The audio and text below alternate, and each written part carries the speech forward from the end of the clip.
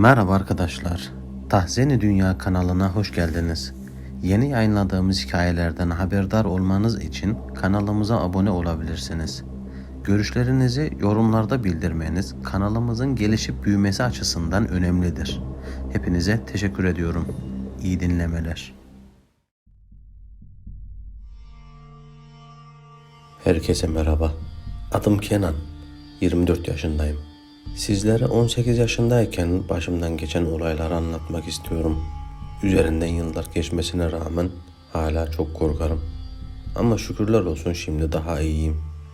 Lise yeni bitmiş, yaz tatili gelmişti. 2013 yılının yaz aylarıydı. Karadeniz'in bir şehrinde yaşamaktayım. Çok ayrıntıya girmek istemiyorum. Lütfen mazur görün. Karadeniz'deyim dedim, evet. Bilirsiniz bizim buralarda hep fındık olur. Biz de ailecek geçimimizi fındıktan sağlıyorduk. Köyde annem, babam ve ben birlikte yaşardık. Bir de abim var ama o başka şehirde kalıyordu. Çünkü o zamanlar üniversitede okuyordu. Köyümüzden bahsedecek olursam yüksek bir yerleşim yeriydi. Bir gün babam, ben ve köydeki akrabalarımız yine fındık toplamaya gitmiştik. Bayram da yaklaşıyordu. Lakin bizde bayramda yoktur. Hep çalışırız. Neyse uzatmak istemiyorum. Fındıkların olduğu araziye gittik. Tabii buralara gitmek de zordu. Çünkü etrafımız hep yamaçlarla çevriliydi. Engebeli bir arazide hep beraber çalışıyorduk. Akşamüstü 5 falan olmuştu ki telefonum çaldı. Yakın arkadaşım Hasan, kız arkadaşından ayrılmış. Ailesiyle de sıkıntılıymış. Araları bozukmuş anlayacağınız. Beni şehir merkezine yanına çağırmıştı. Ben de babama söyledim. Fakat babam bir saat daha çalış, ondan sonra son köy dolmuşunu atlayıp geçersin dedi. Ben de işimi bitirip erkenden ayrıldım. Ama neredeyse hava kararacaktı. Biraz acele edeyim. Yamaçtan fındıkların oradan aşağı ineyim diye hemen çıktım yola. Tam ağaçların arasından geçiyordum ki, tabii acele ediyoruz ya, ayağım bir şeye takıldı. Dengemi kaybettim. Birden yuvarlanmaya başladım. Aşağısı bildiğiniz ucu bucağı görünmez gibi bir uçurum gibiydi. İçimden Kenan şimdi öldün dedim. Tahminimce 50-60 metre kadar otların, fidanların arasında yuvarlandıktan sonra kafamı bir şeye çarptığımı hatırlıyorum. O başımı çarpmamla bayılmışım. Uyandığımda bir çukurun içerisindeydim. Derinliğini abartmıyorum, 5 metre kadar vardı. Kafamın yan tarafı yarılmış, kanıyordu. Elimle dokunduğumda kanın sıcaklığını hissedebiliyordum. Üstüm başım parçalanmış vaziyetteydi. Havaya baktım, iyice kararmıştı. O kafayla babama telefon edip yardım isteyecektim. Ama baktım ki telefonum yok. Galiba yuvarlanırken cebimden düşmüş diye düşünüyordum. Saatten haberim yoktu. Kaç olmuştu, ne kadar vakit geçmişti hiç bilmiyorum. Sadece cılız bir ay ışığı vardı dışarıda. Tişörtümün bir kısmını yırtıp kanayan yarama sargı benzeri bir şey yaptım. Bir yandan da buradan nasıl çıkacağım diye düşünüyordum. Allah'ım sen bana yardım et dedim. O an dua etmek geliyordu elimden. Sesimi duyurabilmek için bağırmaya başladım. Belki bir duyan olur da yardıma gelir diye. 5 dakika 10 dakika derken yarım saat boyunca belli aralıklarla imdat, sesimi duyan yok mu, bana yardım edin diye bağırdım. Gücüm, dermanım, aynı zamanda ümidim kesilmişti. Tükendim adeta. Derken birden çalı çırpı sesi gelmeye başladı. Sanki biri bu tarafa doğru geliyordu. Sesimi duymuşlar diye sevinmiştim o an. Ancak sevinmem çok uzun sürmedi. Sesler iyice artıyordu gitgide. Ben de kim var orada? Lütfen yardım edin. Çukura düştüm diye seslendim. Karşıdan ses yoktu. Sanki çukurun etrafında dönen bir şeyler vardı. İlk başta yabani hayvanlardan zannettim. Ama bu kadar hızlı hareket edemezlerdi. Sesi dinlerken birden ses kesildi. Bana bir ürperti çöktü. Kalbim küt küt atmaya başladı. Korka korka yukarıya dikkatlice baktığımda, dikkatlice diyorum çünkü karanlıkta seçmek zor oluyor bilirsiniz. Yukarı baktığımda o korkunç varlıkla karşılaştım. Göz göze geldim. Karşımda, yukarıda duruyordu. O gözleri adeta bir alev topu gibiydi ve iğrenç bir gülüşü vardı. Sesli sesli gülmeye başladı. Ben o sırada elim ayağım kas katı kesilmiş, korkudan ne yapacağımı şaşırmıştım. Bilmediğim bir dilde bir şeyler söylemeye başladı. O öyle konuştukça sanki deprem oluyordu. Yer oynuyordu resmen. Bulunduğum çukur üzerime kapanacakmış, gömülecekmişim gibi oluyordu. Ağlamaya başladım. Allah'ım yalvarıyorum, ne olur yardım et bana diyordum. Gözlerimi kapatmış yalvarmaya devam ederken sesler kesildi. Etrafı derin bir sessizlik kapladı. Birden o varlık bana, çamurun dölü, Allah'ın sana burada yardım edeceğini mi zannediyorsun? Sen benim evime gelip beni ve çocuklarımı rahatsız ettin. Şimdi bunun bedelini ödeyeceksin. Pis çamur dedi. Ben de zangır zangır titriyor, gözlerimi korkudan açamıyordum. Dizlerimi kapamış, karnıma doğru çekmiş, kapanmış bir şekilde ağlıyordum. Ben böyle beklerken ses kesilmişti.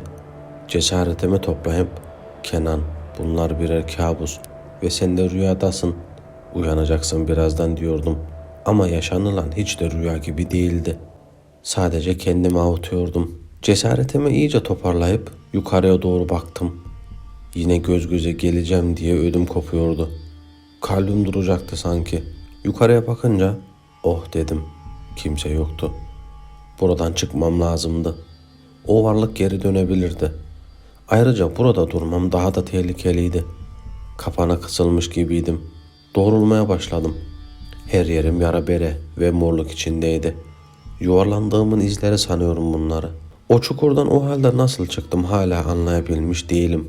Ama korkunun verdiği o adrenalinle çıkmış olmalıydım. Neyse çukurdan çıktım, etrafa baktım. Etrafta fidanlar, çalılar, birkaç tane de büyük ağaç vardı. Kimse yoktu ortalıkta. Amacım düşürdüğüm telefonumu bulup yardım çağırmak ve buradan bir an önce kurtulmaktı. Sessizce ilerlemeye başladım. 10-15 metre ileride telefonumu buldum. Ama çalışmıyordu. İçimden Kenan şimdi bittin oğlum dedim.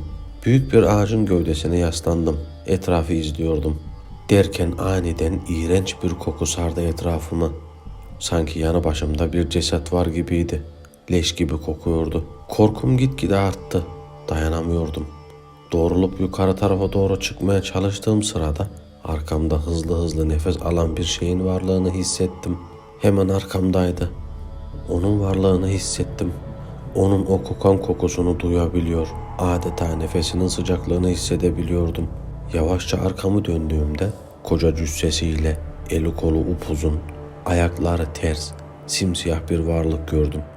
Dişleri kocaman ve sivri. Yüzünü nasıl anlatacağımı bilemiyorum. Tarif edemeyeceğim derecede iğrenç ve korkutucu bir suratı vardı. Alev alev gözleriyle bana bilmediğim dilde bir şeyler söyledi. Ben o sırada ne yapacağımı şaşırmıştım. Korkudan bayılmışım. Kalktığımda bir ateş yanıyordu.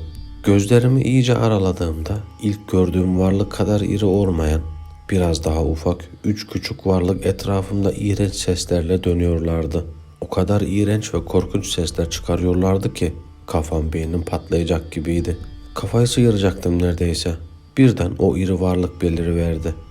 Çalıların arasından üzerime atıldı. Leş gibi nefesiyle bana bağırıyordu. Burada öleceksin, yavaş yavaş öleceksin pis insan diye sarsıyordu beni. Hiçbir şey yapamıyorum. Kas katı kesilmiştim. Sen beni ve çocuklarımı rahatsız ettin. Şimdi bize karışıp bizim olacaksın diye bağırıyordu. İçimden ağlaya ağlaya dua okumaya çalışıyordum. Ben okudukça iyice öfkesini arttırdı ve beni ateşin öbür tarafına doğru fırlattı. Ellerim kırılmıştı sanırım. Düştüğüm yerden doğrulup o halimle kaçmaya başladım. İleride güzel bir kulübe vardı. Kulübeye doğru koştum. Işıkları yanıyordu. İçeride yaşlı bir adam vardı. Kapıyı açtım. Hayırdır gece gece bu ne hal çocuk dedi. Ben de başımdan geçenleri hemen anlattım. Anlattım anlatmasına ama yaşlı adam bunlardan sanki zevk alırcasına yüzünde iğrenç bir gülümsemeyle bana baktı. Korkudan elim ayağım artık tutmaz olmuştu. Dediklerimden, yaşadıklarımdan sonra ölmek istiyordum. Yaşlı adam sinsi sinsi güldükten sonra bana dönüp o iğrenç görüntüsünü aldı. Ve bana ne sandım pis insan, burada bizden başka kimse yok ve sen de artık bizimsin diye bağırdı. Yakamdan tutarak beni tekrar araziden aşağı itti. İtti itmesine ama nasıl güçlüydü. Yuvarlandım ve en sonunda bir ağaca çarpıp durdum. Kaç yerim kırıldı. Kaç yerim çıktı bilmiyorum ama hareket edemiyordum. Artık gözümden yaşlar akmaya başladı. O varlıklar etrafımda dolaşıp iğrenç kahkahalar atmaya başladılar. Artık onlara tepki bile veremiyordum. Bana kafası koparılmış karga başları fırlatıyorlardı. Sen artık bizim oyuncağımızsın. Bedenin, ruhun, her şeyin bize ait diye çığlıklar atıp kahkahalar atıyorlardı. O durumu nasıl tarif edeyim bilmiyorum ki. Varlıklardan biri gelip tüm parmaklarımı teker teker kırdı. Acı içinde inliyorum. Ölsem de kurtulsam diyordum artık. Karanlığın içinden büyük, gür bir sesle Arapça bir şeyler söylemeye başladı birisi. Varlıklar çığlık çığlığa etrafımdan kaçışırken karanlıkta bir adam belirdi. Bu o kulübede gördüğüm adamdı. Ben bu sefer öldürün beni kurtulayım, öldürün de bitsin bu çile diye bağırıyordum. Adam Arapça cümlelerine devam edip yanıma geldi. Elini başıma koydu. 1-2 dakika anca olmuştu. Ama bayılmışım. Uyandığımda kulübedeydim. Adam da başımdaydı. Bana korkma evladım, korkma, ben sana yardım ediyorum. Bu şeyler benim kılıma girip sana musallat olmuşlar dedi. Ben o sırada biraz rahatladım. Peki diye kekeleyerek bana ne oldu? Onlar neydi? Neydi onlar öyle diye soruları peş peşe sıraladım. Adam da evladım ben burada senelerdir yaşarım. Bu bölgeden ayrılmam. Benim vazifem burada bulunan şerlileri Ademoğlundan uzak tutmak. Musallat olmalarını engellemektir. Adam böyle deyince ben neye uğradığımı, nasıl bir olayın içine düştüğümü hayretler içinde dinliyordum. Adama peki ben onlara hiçbir şey yapmadım, neden bana musallat oldular dedim. Adam da bana evladım bu şehirliler 10 yıllarca buralarda cirit atarlar. Burayı yuvaları bellerler. Bunları da buraya musallat eden topraklarının korunması için büyü yaptıran bir dinsizdir dedi. Sen de buraya düşüp onları rahatsız ettin.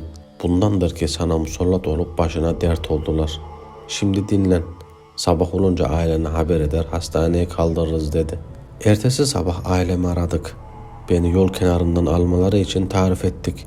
Çünkü kulübenin bulunduğu noktaya ne araba ne de insan inebilirdi. Çok ters bir yerdeydi. Adam beni yol kenarına kadar taşıdı. Ambulans, jandarma ve ailem arka arkaya geldiler. Onları görünce içim kıpır kıpır olmuştu. Nasıl heyecanlandım, nasıl mutlu oldum. O andaki sevincimi tarif edemem. Arkama dönüp geliyorlar diyecektim ama etrafta kimsecikler yoktu. Adam gitmişti. Yolun kenarında öylece kırık kemiklerle duruyordum. Ambulanstakiler yanıma gelip sedyeye koydular beni. Babamla amcam ne oldu oğlum sana böyle diye sorular soruyorlardı. Derken hastaneye varmıştık. Jandarma gelmişti yanıma. Jandarmaya karanlıkta yamaçlara inerken dengemi kaybedip düştüm dedim. Bu yüzden bu halin yani. Bir ya da bir şeyler saldırmadı. Eminsin dediler. Evet eminim dedim. Peki o zaman deyip gittiler.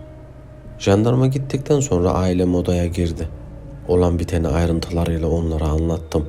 Gördüğüm varlıkları ve adamı. Ailem bunları anlatırken şaşırmışlardı. Bunları jandarmaya neden anlatmadın dediler. Deli sanıp akıl hastanesine kapatırlar. Ne olur ne olmaz dedim. Babamlar bir hoca getirip üzerime okuttular. Elimi ayağımı alçıya almışlardı. Vücudumun çok yerinde ezik, kırık ve yaralar vardı. Düzelmesi aylar sürdü. Aylar sonra tekrardan adam akıllı ayağa kalktığımda aklımda bu adamın yanına gitmek vardı. Yanıma kuzenimi de alıp adamın evine doğru yola koyulduk. Bahçelerden, tarlalardan geçiyorduk. Sonunda kulübenin olduğu yere gelmiştik. Ama kulübe aylar önce gördüğüm kulübeden çok farklıydı. Bir duvara yıkılmış ve çatısı çökmüştü. Hemen harabenin içine girdim. 4-5 ayda böyle bir şey nasıl mümkün olabilirdi? Yıllardır bu halde gibi duruyordu. Her yeri yosun bağlamış. Bazı yerlerinden fidanlar çıkmıştı. Diyecek bir şey yoktu. Kuzenime hadi gidelim, burada yapacak bir şey yok dedim. O adam kimdi? Neden o güzel kulübesi şimdi bu harabeye dönmüştü? Hey Allah'ım, neler yaşadım ben böyle? Yoksa beni kurtaran da mı farklı bir varlıktı? Yani o da mı bir cindi? Kötü cinlerden koruyan iyi ya da Müslüman bir cin miydi? Bunları düşüne düşüne kulübeden uzaklaşıyorduk. Bir ara tekrar arkamı döndüm, kulübeye doğru baktım. Sanki o adam O yıkık harabe kulübenin bizden tarafı penceresinden bakıyor gibiydi. Ya da bana öyle gelmişti. Bilemiyorum. Bu olayın şokunu atlatmam biraz zaman aldı tabi. Ama şükürler olsun tamamen iyileştim. Siz olun, bildiğiniz yoldan ayrılmayın. Hele ki benim geçtiğim yerler gibi ağaçlıklarla kaplı bir yerden geçerseniz. Çünkü kendinizi her an onların yuvalarında bulabilirsiniz. Hikayemiz bu kadar arkadaşlar. Eğer sizin de paylaşmamızı istediğiniz hikayeniz varsa mutlaka yorumlarda bekliyorum. Bir sonraki hikayemizde görüşmek üzere. Teşekkürler.